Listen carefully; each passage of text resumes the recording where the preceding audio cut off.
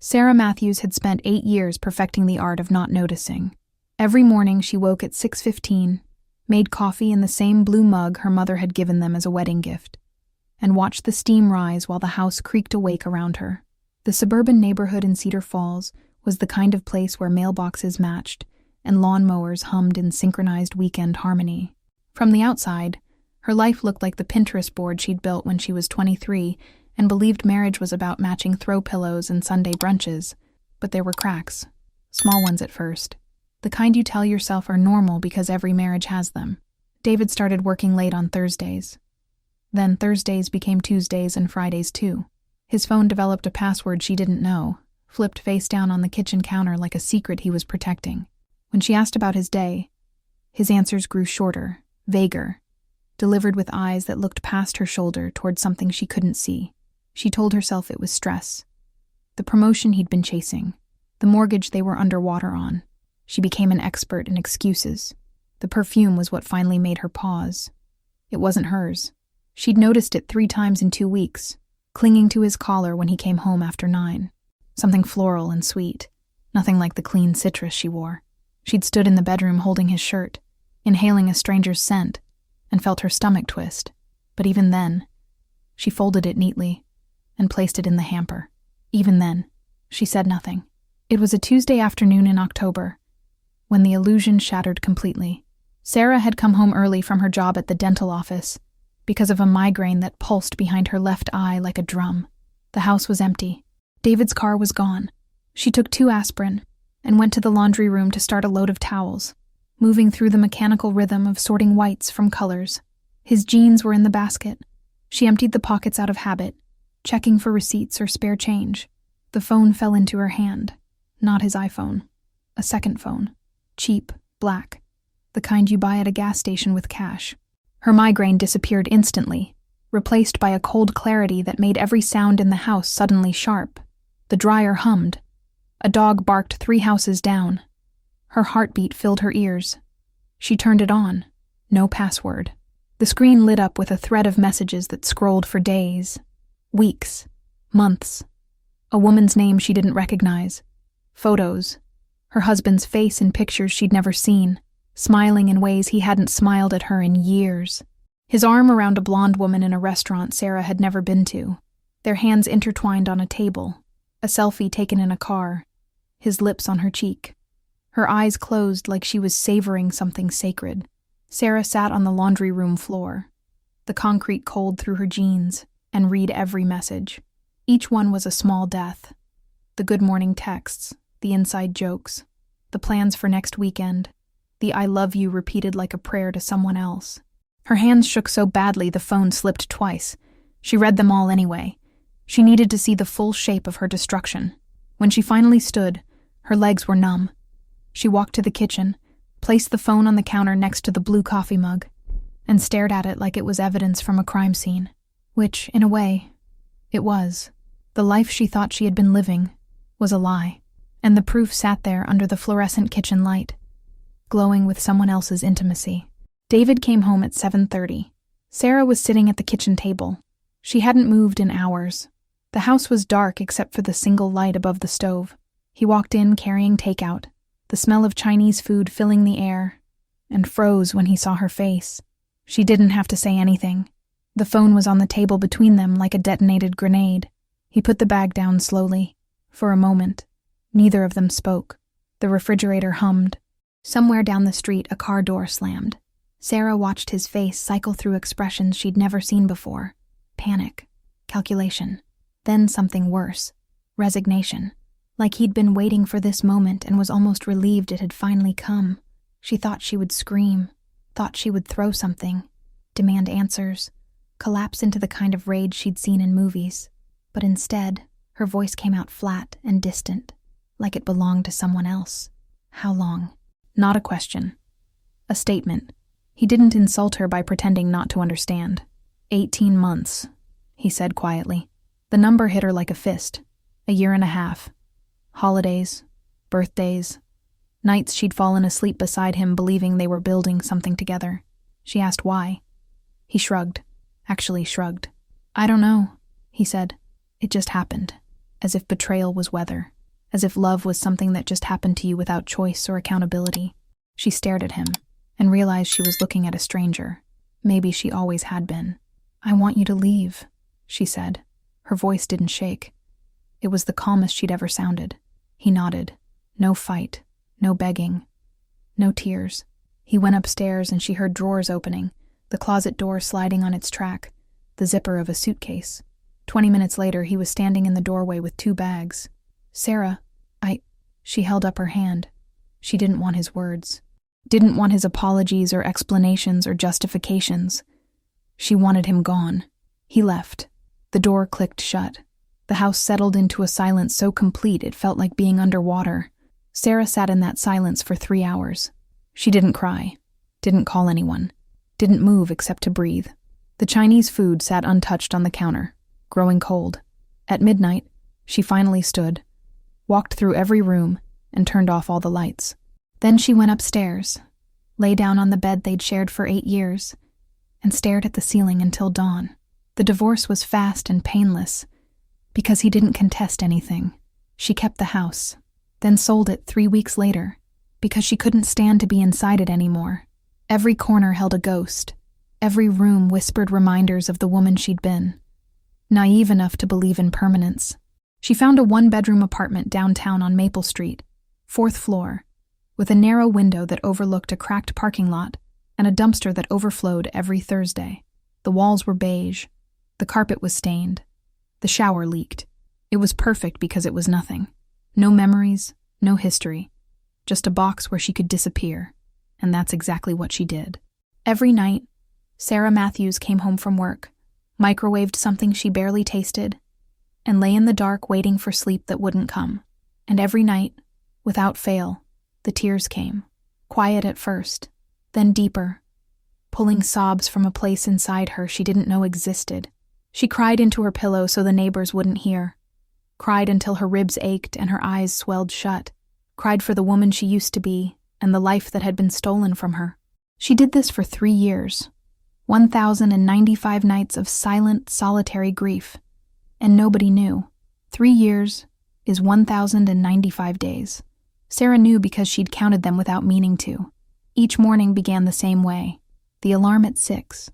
The mechanical shuffle to the bathroom where she avoided the mirror because the woman looking back was someone she no longer recognized. The drive to Henderson and Associates, a small accounting firm on the east side of Cedar Falls where she worked as a receptionist. She answered phones, scheduled appointments, sorted mail, and smiled at clients with a practiced brightness that never reached her eyes. Her coworkers thought she was shy, maybe a little distant, but nice enough. They invited her to happy hours and birthday lunches. She declined politely, always with the same excuse. Tired, busy, next time. They stopped asking after the first year. Sarah became part of the office furniture, present but invisible, functional but forgettable. The routine became a kind of anesthesia. Work until 5. Stop at the grocery store on 4th Street where she bought the same things every week.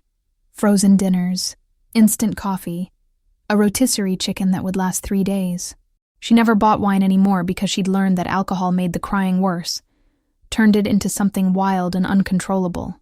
At home, she ate standing at the kitchen counter, the television playing to fill the silence, but the volume low enough that she never actually heard what was on. By 8 o'clock, she was in bed. That's when the performance ended. That's when the grief she'd been holding back all day finally escaped. It started as a tightness in her chest, a pressure building behind her sternum like something trying to claw its way out. Then the tears came, sometimes quiet, sometimes violent. She cried into her pillow, gripping the fabric until her knuckles ached, letting the sobs shake through her body until she was empty. She cried for the 8 years she'd given to a man who had been lying the entire time. She cried for the future she'd imagined that would never exist. She cried because she woke up every morning, and the first thought in her head was that she was unlovable, broken, defective in some fundamental way that made her easy to discard. The betrayal had carved something out of her, left a hollow space where her confidence used to be. No one knew. Not her mother, who she called once a month and lied to about being fine. Not her younger sister, who had 3 kids and a husband who looked at her like she hung the moon. Sarah couldn't bear to say the words out loud, couldn't admit that she'd been so thoroughly fooled. So she performed normalcy, smiled at the right moments, nodded when people spoke, pretended that living didn't feel like drowning. The apartment became her cell. The beige walls closed in a little more each month. The water stain on the ceiling above her bed looked like a continent she couldn't name. The radiator clanked and hissed through winter nights. In summer, the air conditioner rattled and dripped condensation that pooled on the windowsill. She never decorated, never hung pictures, never bought anything that suggested permanence, because permanence was a lie she'd stopped believing in. 3 years of this. 3 years of waking up and choosing to keep breathing even though she couldn't remember why. 3 years of wondering if this was all there was. Work, groceries, tears, repeat. She stopped imagining a different future, because imagining required hope, and hope was a luxury for people who hadn't been shattered. Daniel Carter first noticed Sarah Matthews on a Tuesday in February, during the second year of her isolation. He was replacing a broken light fixture in the 4th-floor hallway when she walked past carrying 2 bags of groceries.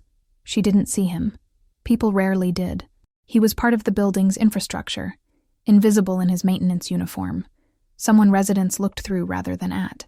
But Daniel saw her, saw the way her shoulders curved inward like she was trying to make herself smaller, saw the dark circles under her eyes that makeup didn't quite hide, saw the way she fumbled with her keys, hands shaking slightly as she unlocked apartment 412. The door closed behind her with a soft click, and Daniel stood there for a moment, holding his screwdriver, feeling something shift in his chest. He'd been working at the Maple Street apartments for 4 years, knew the building's quirks better than his own reflection.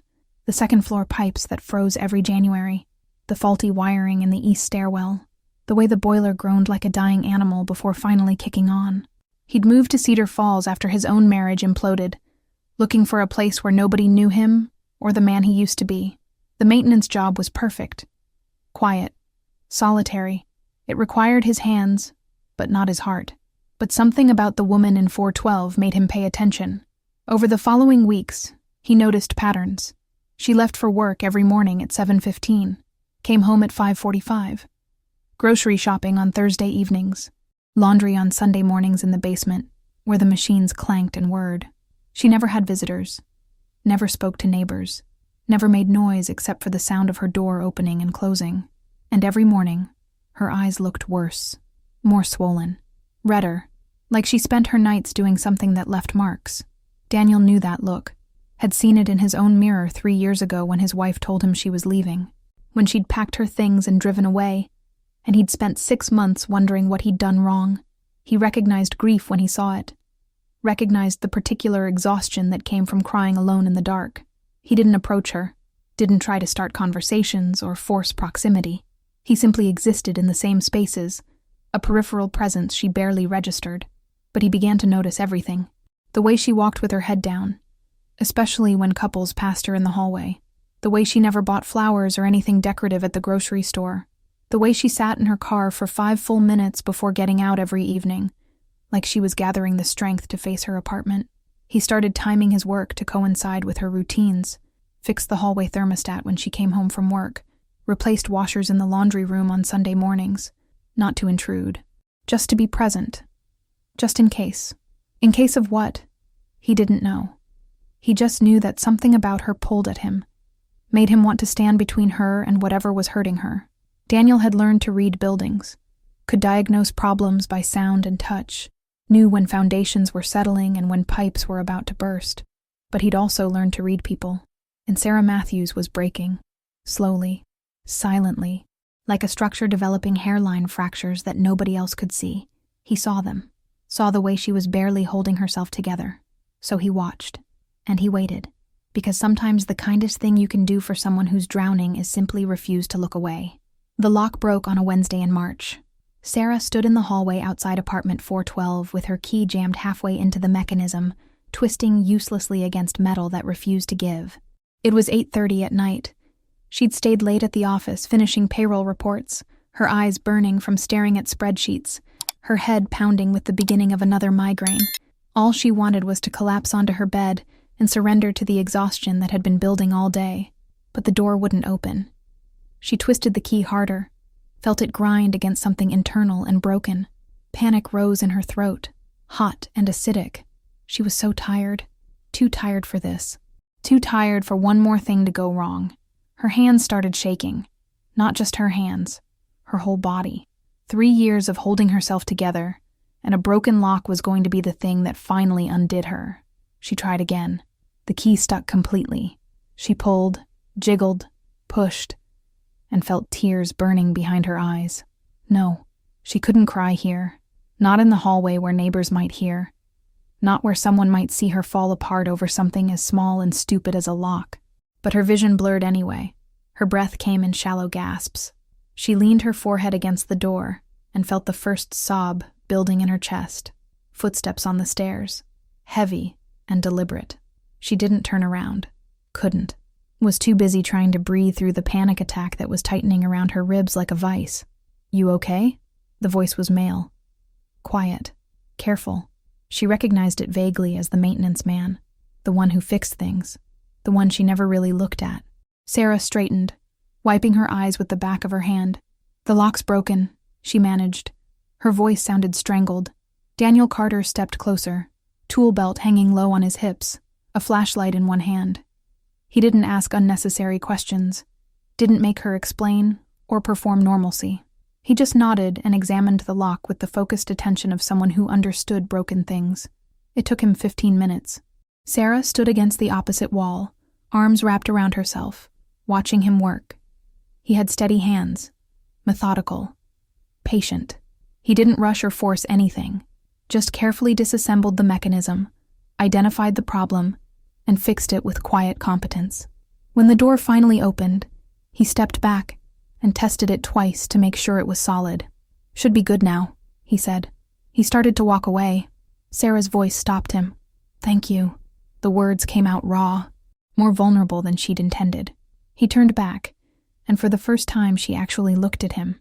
Really looked. He was older than she'd thought, maybe late 30s, dark hair starting to gray at the temples, kind eyes, tired eyes, eyes that held their own history of damage. He pulled a small notepad from his pocket, scribbled something, and tore off the page. "If anything else breaks," he said, handing it to her. The paper was slightly crumpled. His handwriting was neat and small. "If you need anything, apartment 302. Daniel." She stared at the note, at the simple offer, at the idea that someone had noticed her enough to care whether she needed help. That night, Sarah went to bed and didn't cry. For the first time in 1,095 days, the tears didn't come. She lay in the dark holding the piece of paper, reading the words over and over by the light of her phone. "If you need anything." Such a small thing. Such an impossibly huge thing. She fell asleep with it tucked under her pillow, and her dreams were quiet. The kitchen sink started dripping 2 weeks later, a slow, persistent leak that Sarah noticed on a Sunday morning while making coffee. She stood there watching water collect and fall, one drop every 3 seconds, and thought about the note she'd kept in her nightstand drawer. She'd read it probably 50 times, memorized the handwriting, the careful way he'd signed his name. She'd never used it, had convinced herself it was just politeness, that he didn't really mean it. But the dripping continued, persistent, maddening. By noon, she'd worked up the courage to knock on apartment 302. Daniel answered, wearing a flannel shirt with the sleeves rolled up, holding a paperback novel she couldn't see the title of. He didn't seem surprised to see her. "Leak?" he asked. She nodded. He grabbed his toolbox and followed her upstairs without making it feel like an imposition. He fixed the sink in 10 minutes. Sarah made coffee while he worked, surprised by her own boldness. Surprised that she wanted him to stay longer than the repair required. When he finished, she offered him a mug. He accepted. They sat at her small kitchen table, the first time she'd had another person in her apartment since moving in. The silence should have been awkward. Instead, it felt comfortable, safe. "You live alone?" Daniel asked. The question was gentle, not invasive. Sarah nodded. 3 years now. The words came easier than she expected. He took a slow sip of coffee. "I've been alone 4 years, he said. Divorce. The word hung between them. Sarah felt something in her chest release. Recognition. He understood. He'd been where she was. They talked for an hour. Not about the painful things at first. Just surface details. He'd moved to Cedar Falls from Columbus. Took the maintenance job because he needed something simple after his world imploded. She told him about working at Henderson and Associates, about the mindless rhythm of answering phones. They circled around their damage without naming it directly. Two people learning to speak again after long silence. He started coming by on Sundays, not to fix things, just to exist in the same space. They'd do laundry in the basement together, the industrial machines thrumming while they sat on the folding table and talked. He told her about his ex-wife who'd left him for her personal trainer, about how he'd blamed himself for months, convinced he'd failed somehow. Sarah recognized that blame, carried the same weight. She told him about David, about the second phone, about the 18 months of lies, about how she'd cried every night for 3 years and nobody knew. Daniel didn't offer platitudes or empty reassurances. He just listened with the full attention of someone who understood that some pain couldn't be fixed with words. When she finished, he said, "You didn't deserve that." Simple, direct, true. Something inside her believed him. The encounters became regular. Coffee on Sunday mornings. Occasionally, they'd grab sandwiches from the deli on 5th Street and eat them in the small park across from the apartments. Nothing romantic. Nothing that required definitions or expectations. Just two broken people learning that maybe they could be broken together. And somehow that made it more bearable. Sarah started sleeping better. The tears came less frequently. She caught herself almost smiling at work once. Daniel noticed things about her that no one else did. Noticed when she was having a bad day before she said anything.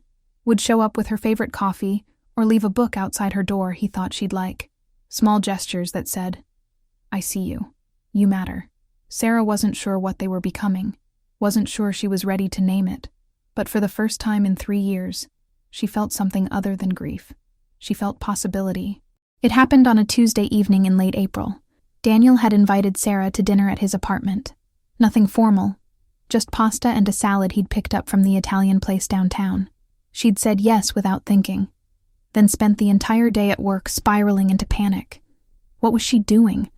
What did this mean? The questions circled her mind like vultures, picking at every moment of peace she'd managed to build over the past 2 months. She stood outside apartment 302 at 6:30, hand raised to knock, and froze. Her heart hammered against her ribs. Her palms were sweating. Behind that door was something that felt dangerously close to hope, and hope was the thing that had destroyed her before. Hope was what had kept her blind to David's betrayal for 18 months. Hope was the lie she told herself every morning when she woke up next to a man who was already gone.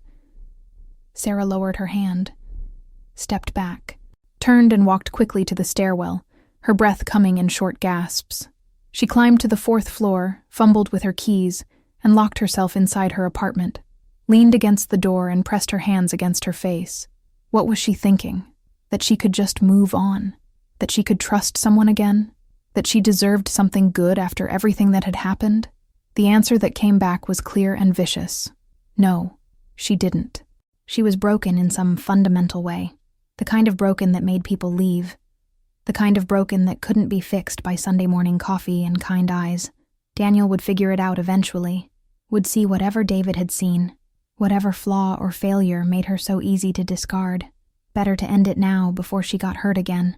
Before she let herself believe in something that would inevitably crumble. She stopped answering his texts. Didn't go to the laundry room on Sunday. When she heard his footsteps in the hallway, she stayed silent inside her apartment until he passed. It felt like tearing off her own skin. Every instinct screamed at her to open the door, to explain, to not throw away the first good thing she'd found in 3 years. But fear was louder than instinct. Fear had kept her alive this long. Fear knew better than to trust happiness. A week passed. Then 2. Sarah fell back into the old rhythm. Work. Groceries. Silence. The tears returned, but now they felt different. Sharper, because now she knew what she was missing. Knew what it felt like to not be alone. And choosing loneliness hurt worse than having it forced upon you. On the 3rd Sunday, she found flowers outside her door. Daisies. Simple white daisies in a mason jar with no note. She knew they were from Daniel. Knew he was still there, still waiting, still offering something she was too terrified to accept. She brought them inside and put them on the kitchen counter. Watched them slowly wilt over the next week. Their petals browning and curling inward like they were giving up. More flowers appeared the following Sunday, and the Sunday after that. Always daisies. Always without a card. A quiet persistence that didn't demand or pressure. Just a reminder that someone was thinking of her, that someone hadn't walked away. Sarah would stand in her kitchen staring at them, feeling something crack inside her chest. A different kind of breaking than before. Not destruction, more like a thaw. She started leaving her apartment door open when she heard him in the hallway. Just a crack, just enough that he'd know she was there. He never pushed, never knocked, just paused for a moment before continuing on. They existed in that liminal space for weeks. Close, but not touching. Connected, but separated by her fear and his patience. Then one Sunday morning, Sarah woke up and realized something.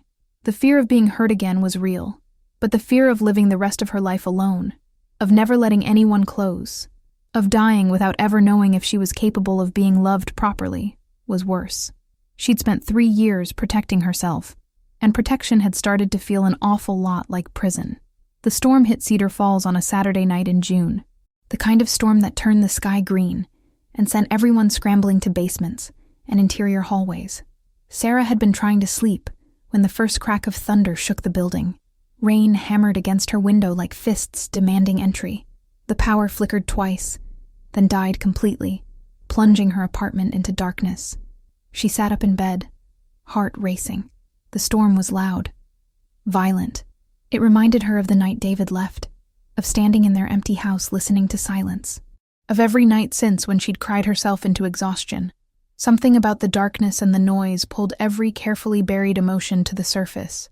3 years of grief she'd been managing. 3 years of pretending she was healing when really she was just surviving. 3 years of punishing herself for someone else's betrayal. And the 2 months with Daniel. The glimpse of what life could be if she wasn't so goddamn scared. The way he'd looked at her like she was worth seeing. The way he'd waited without demanding. The way he'd left flowers every Sunday even after she'd pushed him away. She'd thrown that away, had convinced herself she was protecting herself, when really she was just choosing a different kind of death. The sobs came without warning, violent and primal. Sarah pressed her face into her pillow, but it wasn't enough. The storm outside matched the storm inside her. She couldn't stay in the apartment, couldn't stay contained. She stumbled out of bed, wearing only a t-shirt and sleep shorts, and opened her door. The hallway was dark, except for emergency lighting at the stairwells. She walked into the corridor and sank down against the wall, pulling her knees to her chest. She cried the way she hadn't let herself cry in years. Not quiet, not controlled, just raw, broken sounds that tore out of her throat. Cried for everything she'd lost. Cried for everything she was too afraid to reach for. Cried because she was so tired of being alone and so terrified of not being alone. The storm raged, and she raged with it, finally letting herself break completely in a dark hallway at midnight. She didn't hear Daniel's door open, didn't hear his footsteps. She only knew he was there when he sat down beside her. Not touching, just present. Solid, real, the way he'd always been. Sarah turned and saw him in the dim emergency light, his eyes full of concern but not pity, not judgment, just steady, patient understanding. "I'm sorry," she choked out between sobs. "I'm so sorry. I wanted to. I tried. But I was so scared." The words tumbled out in a rush, incoherent and desperate. "I thought, if I let you close, you'd see it. See whatever's wrong with me. See why I'm not worth staying for." Her voice cracked. "I'm broken, Daniel. I'm so broken." He didn't tell her she wasn't. Didn't offer empty reassurances. He just reached over and took her hand. His palm was warm and calloused and real. "I know," he said quietly. "I'm broken too." Thunder rolled overhead. The building shuddered. Sarah looked at their hands intertwined in the darkness and felt something shift. Not healing, not fixed. Just the simple, profound realization that maybe broken didn't mean alone. Maybe broken could exist beside broken, and somehow that made both of them less shattered. She leaned into him, let her head rest against his shoulder, let herself be held for the first time in 3 years. Daniel's arms came around her, steady and sure, and she cried until there was nothing left. He didn't try to stop her, didn't rush her, just held her through the storm, his presence an anchor in the chaos. When her sobs finally quieted, they sat together in the dark hallway, listening to the rain, and Sarah realized she wasn't drowning anymore. For the first time since the laundry room floor, she could breathe. The morning after the storm, Sarah woke in Daniel's apartment. She was on his couch, covered with a thick blanket that smelled like laundry detergent and something distinctly him. Clean. Safe. The sun streamed through his windows, dust particles dancing in the light. She could hear him in the kitchen, the soft clink of mugs, the gurgle of a coffee maker. Normal sounds. Domestic sounds. Sounds she'd forgotten could exist without pain attached to them. He appeared in the doorway holding 2 cups, pausing when he saw she was awake. "Morning," he said simply. No awkwardness, no expectation. Just the same steady presence he'd always offered. Sarah sat up, accepted the coffee, and for a long moment they just looked at each other. Everything that had broken open the night before hung between them, raw and exposed. "Why did you keep leaving flowers?" she asked. Her voice was hoarse from crying. Daniel sat in the chair across from her, cradling his own mug. He took his time answering, the way he always did. Thoughtful, deliberate. "Because I knew you were hurting," he said finally. "And I knew you were scared. And I knew that rushing you or pushing you would just make it worse." He met her eyes. "I wasn't waiting for you to be ready for me, Sarah. I was just waiting for you to be ready to stop hurting yourself." The words hit her like a punch. Stop hurting herself. That's what she'd been doing, wasn't it? Punishing herself for David's betrayal. Believing she deserved the loneliness. Choosing isolation as penance for crimes she'd never committed. She'd been so focused on protecting herself from external pain that she'd become her own worst wound. "I watched you for months," Daniel continued, his voice quiet. "Before we ever spoke. I saw you come home every night looking like you were carrying the weight of the world. Saw your eyes every morning, red and swollen. I knew what that looked like because I'd been there." He set his coffee down, leaned forward. "And I wanted to tell you that you weren't alone. That whatever you were going through, someone saw it. Someone saw you." Sarah felt tears building again. But these were different. Softer. Not the violent grief of before, but something gentler. Something that felt like release. "I thought I was broken," she whispered. "Thought there was something wrong with me. Something that made me easy to leave." Daniel shook his head slowly. "You're not broken, Sarah. You're hurt. There's a difference." He paused, choosing his words carefully. Being hurt means something happened to you. Being broken means something's wrong with you. And nothing is wrong with you. Nothing was ever wrong with you. The distinction settled into her bones. Hurt versus broken. Victim versus defective. For 3 years, she'd been carrying shame that didn't belong to her. Had been convinced that David's betrayal was evidence of her inadequacy rather than his. Had internalized his choice as her failure. And here was Daniel, offering her a different narrative. Not that she was perfect, or healed, or whole, but that she was human. That she'd been wounded, and that wounds could exist without defining her. "I don't know how to do this," Sarah admitted. "I don't know how to trust again. How to let someone in. How to believe that this won't end the same way." Her hands trembled around the mug. Daniel stood, crossed the space between them, and knelt in front of her. He took the coffee from her hands and set it aside, then held both her hands in his. "You don't have to know," he said. "We'll figure it out together. One day at a time. One moment at a time. And if you get scared, you tell me. If you need space, you take it. If you need me to stay close, I will." There's no timeline here, Sarah. No expectation. Just 2 people who understand pain trying to build something that doesn't hurt. She looked into his eyes and saw the truth there. Saw someone who had been shattered and rebuilt himself. Saw someone who understood that love after trauma didn't look like fairy tales. It looked like patience. Like showing up. Like holding someone through storms and leaving flowers when they pushed you away. Like believing that someone was worth waiting for even when they couldn't believe it themselves. Sarah leaned forward and kissed him. Soft. Tentative. The first time in 3 years she'd chosen to be vulnerable. He kissed her back with a gentleness that made her want to cry again. When they pulled apart, she whispered, "I'm still scared." He smiled. "Me too," he said. "But maybe we can be scared together." 6 months later, Sarah woke to sunlight streaming through windows she'd helped pick out. The apartment she shared with Daniel was on the second floor of a renovated building on Elm Street, 3 blocks from the Maple Street apartments where they'd first met. It had hardwood floors and crown molding and windows that actually opened. Windows that let in light, instead of just overlooking parking lots and dumpsters. She rolled over and found Daniel already awake, propped on one elbow, watching her with an expression that still made her breath catch. "What?" she asked, smiling. He reached over and tucked a strand of hair behind her ear. "Just looking at you," he said. "Is that allowed?" She laughed. Actually laughed. The sound surprised her every time. She'd forgotten what her own laughter sounded like.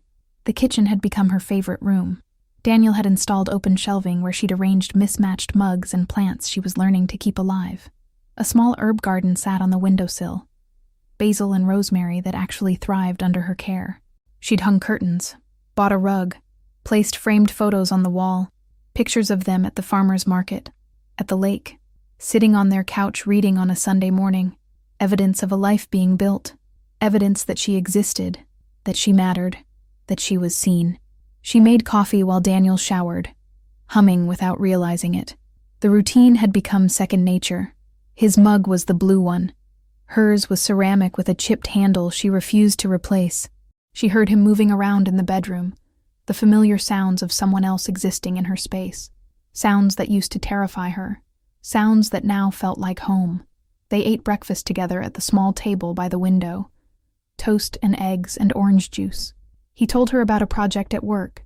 She told him about a difficult client at Henderson & Associates. Normal conversation, simple conversation, the kind of mundane intimacy she'd thought was impossible. The kind that didn't require performance or pretense. Just 2 people sharing space and time and the small details of their lives. Before leaving for work, Sarah stood in front of the mirror in the bedroom. The woman looking back was different from the one who'd cried herself to sleep for 1,095 nights. Her eyes were clearer, her shoulders straighter. She still had bad days. Days when the old fear crept back in. When she wondered if happiness was temporary. If Daniel would wake up one morning and realize she wasn't worth the patience he'd given her. But those days were fewer now.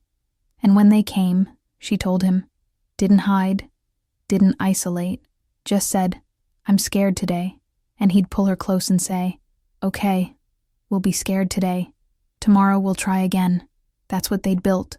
Not perfection, not the absence of pain, but the presence of someone who stayed. Someone who saw her at her worst and chose her anyway. That evening, they planted flowers on their small balcony. Daisies, Daniel's choice. Sarah knelt in the dirt, feeling soil under her fingernails, sun on her shoulders, and Daniel's presence beside her. She looked at the white petals beginning to bloom and remembered all the Sunday mornings when she'd found them outside her door, remembered how they'd felt like an impossible promise, and here she was, living inside that promise, building something real from ruins. Later, lying in bed with Daniel's arm around her, Sarah thought about the woman she used to be, the one who believed she was unlovable, the one who'd convinced herself that betrayal was proof of her inadequacy. She felt compassion for that woman now, understood that she'd been doing the best she could with the devastation she'd been handed, but she wasn't that woman anymore. She'd learned that love didn't look like grand gestures or perfect moments. It looked like someone noticing you were drowning and refusing to look away. Like flowers left without expectation. Like sitting in a dark hallway during a storm. Like patience when you didn't deserve it, and gentleness when you couldn't give it to yourself. She'd learned that being hurt didn't make her broken, that healing wasn't linear, that she could be terrified and brave at the same time. And if you've ever cried yourself to sleep wondering if you'd ever be chosen, if you'd ever be enough, if you'd ever feel anything other than the weight of someone else's betrayal, know this. The story doesn't end in the darkness. Sometimes it just takes time.